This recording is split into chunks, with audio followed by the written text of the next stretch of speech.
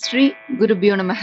அனைவருக்கும் நமஸ்காரம். இன்று 3ஆம் பிறை சந்திர தரிசனம். 3ஆம் பிறையில் சந்திர தரிசனம் செய்து வணங்குவது ஆயுளை விருத்தியாக்கும், செல்வங்களை சேர்க்கும், பிரம்மஹத்தி போன்ற கடும் தோஷங்களையும் நீக்கும். இந்த 3ஆம் பிறை சந்திர தரிசனம் காண்பவர்களுக்கு ஞாபக சக்தி அதிகரிக்கும், முகத்தில் புது பொலிவு உண்டாகும், ஆயுள் கூடும். மனோகாரகனான சந்திரனை வழிபடும் போது நமது மனக்குழப்பங்கள் எல்லாம் நீங்கும், மனம் தெளிவு பெறும், நாம் செய்யும் செயலில் நேர்த்தி உண்டாகும். சந்திர வழிபாடு காரிய தடையை நீக்க வல்லது, உடல் ஆரோக்கியத்தை மேம்படுத்தும், கண் பார்வை தெளிவாகும். தொடர்ந்து 3ஆம் பிறை சந்திர தரிசனம் காண்பவர்களுக்கு எந்த நிலையிலும் மனோவியாதிகளே வராது, செல்வ வளம் பெருகும், தேவைகள் யாவும் பூர்த்தியாகும். 3ஆம் பிறையை தெய்வீக பிறை என்றே சொல்லலாம். இந்த 3ஆம் பிறையைத்தான் சிவபெருமான் தனது முடிமேல் அணிந்திருக்கிறார். அதனால் இந்த 3ஆம் பிறை சந்திர தரிசனம் வெறும் சந்திர தரிசனம் அல்ல, அந்த சிவபெருமானின் ஒரு பகுதியையே நாம் தரிசிக்கும் பாக்கியம் பெறுகிறோம். இந்த சந்திர தரிசனம் கிட்டும் போதெல்லாம் ஸ்ரீ சந்திரமௌலீஸ்வராய நமக, ஸ்ரீ சந்திரசேகராய நமக, ஸ்ரீ சந்திரமௌலீஸ்வரா போற்றி போற்றி என்று உச்சரித்தால் மனம் அமைதியடையும், மன வலிமை உண்டாகும். இன்று நாம் சந்திர தரிசனம் செய்யும் போது இந்த சந்திர காயத்ரியும் சந்திர ஸ்துதியும் சொல்லலாம். சந்திர காயத்ரி: ஓம் பத்மத்வஜாய வித்மஹி ஹேம ரூபாய தீமஹி தன்னோ சோமः பிரச்சோதயாத். ஓம் பத்மத்வஜாய வித்மஹி ஹேம ரூபாய தீமஹி தன்னோ சோமः பிரச்சோதயாத்.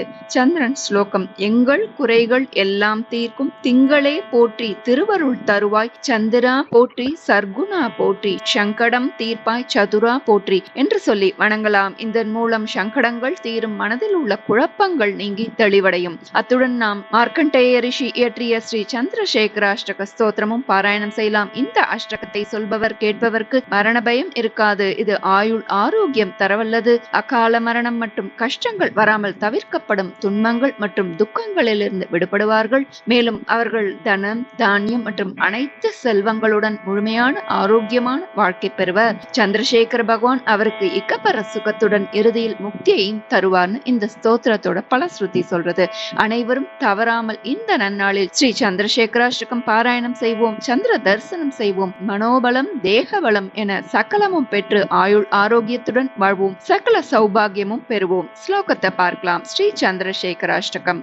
चन्द्रशेखर चन्द्रशेखर चन्द्रशेखर पाहि मां, चन्द्रशेखर चन्द्रशेखर चन्द्रशेखर रक्ष मां, चन्द्रशेखर चन्द्रशेखर चन्द्रशेखर पाहि मां, चन्द्रशेखर चन्द्रशेखर चन्द्रशेखर रक्ष मां, रत्नसानुशरासनं रजताद्रिशृङ्गनिकेतनं, सिञ्जिनीकृतपन्नगेश्वरमच्युतानलसायकं, क्षिब्रदग्धपुरत्रयं त्रिदिवालयैरभिवन्दितं, चन्द्रशेखरमाश्रये मम किं करिष्यति वै यमः, चन्द्रशेखर चन्द्रशेखर चन्द्रशेखर पाहि मां, चन्द्रशेखर चन्द्रशेखर चन्द्रशेखर रक्ष मां,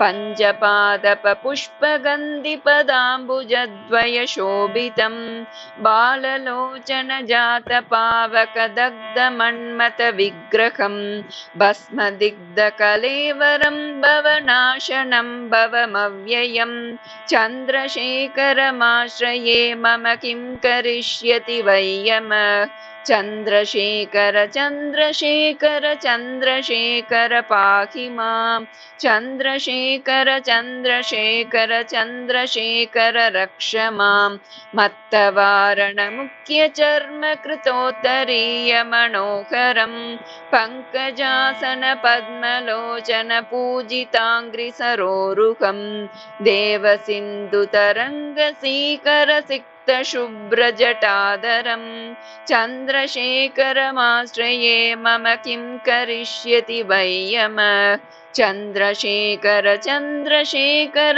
चन्द्रशेखर पाहि मां, चन्द्रशेखर चन्द्रशेखर चन्द्रशेखर रक्ष मां, यक्षराजसकम्बगाक्षहरं भुजङ्गविभूषणं, शैलराजसुतापरिष्कृतचारुवामकलेवरं, श्वेडनीलगलं परश्वतधारिणं मृगधारिणं, चन्द्रशेखरमाश्रये मम किं करिष्यति वै यमः, चन्द्रशेखर चन्द्रशेखर चन्द्रशेखर पाहि माम् चन्द्रशेखर चन्द्रशेखर चन्द्रशेखर रक्ष माम् कुण्डलीकृत कुण्डलेश्वर कुण्डलं वृषवाहनं नारदादिमुनीश्वरस्तुत वैभवं भुवनेश्वरम् अन्धकान्तकमाश्रितामरपादपं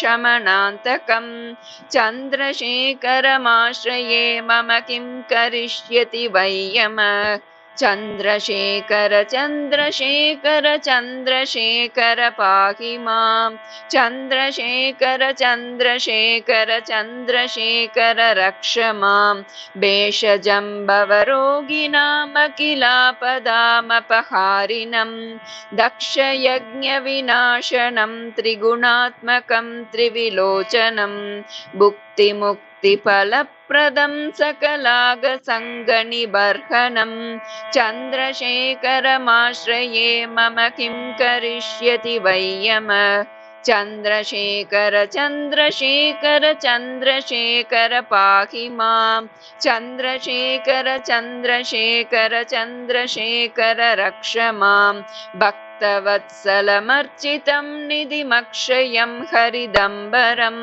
सर्वभूतपतिं परात् परमप्रमेयमनुत्तमम् सोमवारिण भूकुताशण सोमपाणिलकाकृतिं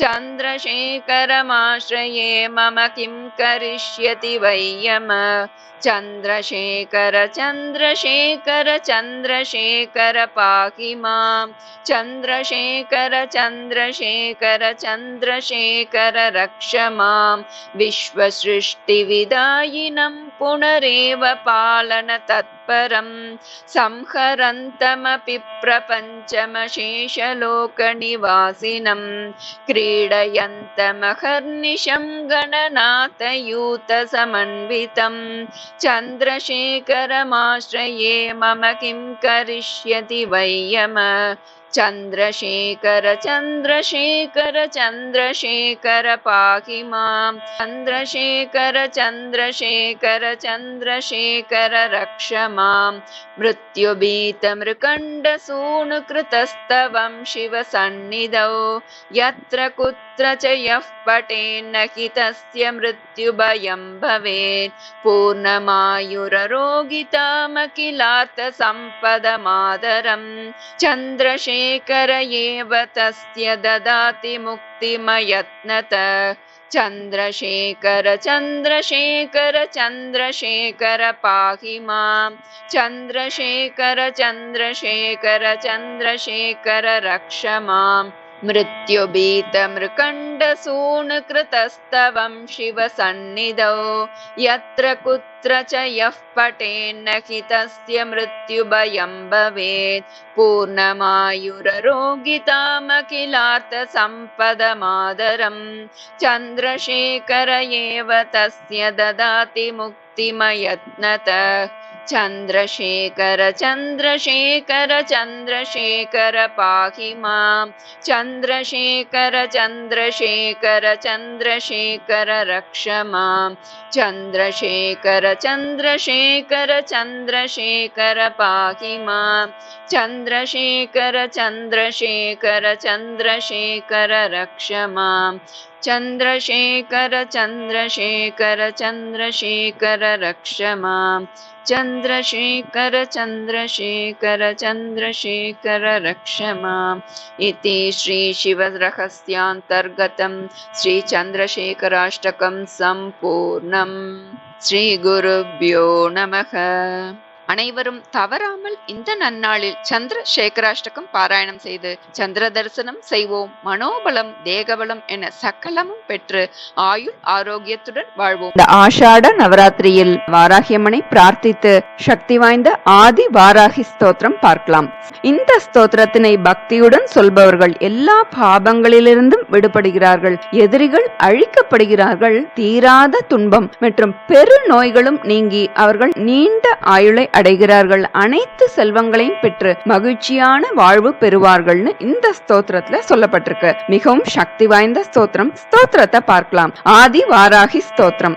नमोऽस्तु देवि वाराहि जयैकारस्वरूपिणी जपित्वा भूमिरूपेण नमो भगवती प्रिये जयक्रोडास्तु वाराहि देवी त्वं च नमाम्यहं जय वाराहि विश्वेशी मुख्यवाराहि ते नमः मुख्यवाराहि वन्दे त्वाम् अन्धे अन्दिनि ते नमः सर्वदुष्टप्रदुष्टानां वाक्स्तम्भनकरी नमः नमस्तम्बिनि स्तम्भे त्वां जृम्भे जृम्भिनि ते नमः रुन्दे रुन्दिनि वन्दे त्वां नमो देवि तु मोहिनी स्वभक्तानां हि सर्वेषां सर्वकामप्रदे नमः ब्राह्वोस्तम्भकरी वन्दे त्वां जिह्वास्तम्भकारिणी स्तम्भनं कुरु शत्रूणां कुरु मे शत्रुनाशनं शीघ्रं वश्यं च कुरुते योग्नौ वाचात्मिके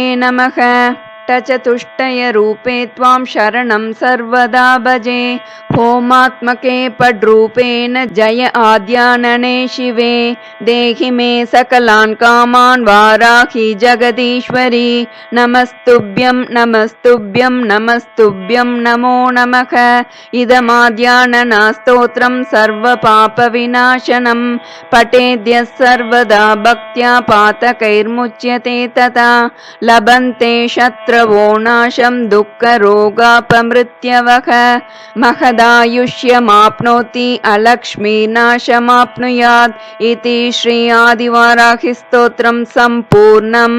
இந்த ஆஷாட நவராத்திரியில் இந்த சக்தி வாய்ந்த ஆதிவாராகி ஸ்தோத்திரத்தை ஒருமுறை பாராயணம் செய்வோம். வீட்டில் குடும்பத்தோடு விளக்கேற்றி வாராகியம்மனை மனமுருக பிரார்த்தனை செய்ய தீய சக்திகள் அனைத்தையும் விரட்டி காத்தருள்வாள் அன்னை வாராகி தேவி. ஸ்ரீ வாராகி அன்னை சரணம். நமஸ்காரம்.